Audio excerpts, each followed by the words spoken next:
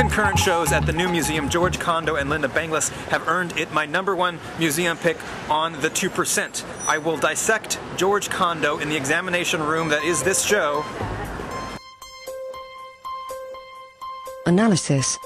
George Condo, New Museum.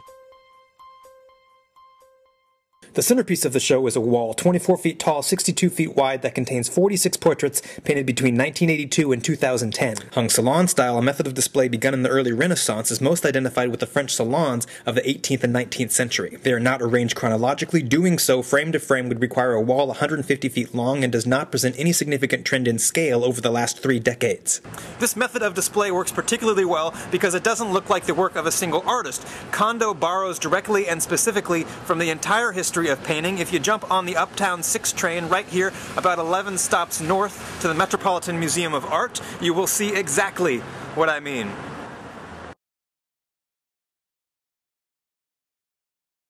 Thomas Gainsborough, George Condo. Previously attributed to Goya, George Condo. Rembrandt, Condo. Picasso, Condo. Picasso, Condo. Picasso, Condo. Dali, Condo. Raphael, Condo. Zibran, Condo. Cezanne, Condo. Mondrian, Condo. de Kooning, Condo. Twombly, Condo. Gorky, Condo. Francis Bacon, George Condo.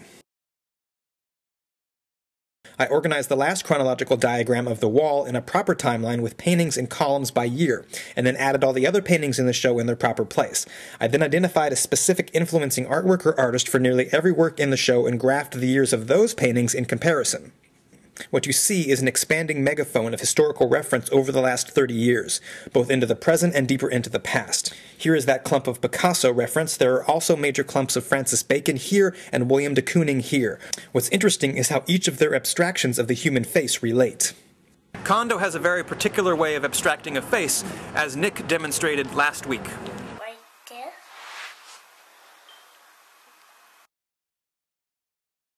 I took a camera with facial recognition software and applied it to every single painting in this show. Of the 72 paintings in the show, only 11 made 100% positive facial identifications, 4 made partial identifications in group portraits. Taking that to our chronological list, you will see there's a grouping in 1994, again in 2002, with a recent return and mixture of representational faces in 2010. A final look at the wall, and again you will see it is pretty evenly distributed. Check out the George Condo show and the Linda Benglis retrospective, both on view at the new museum right now. Check back here.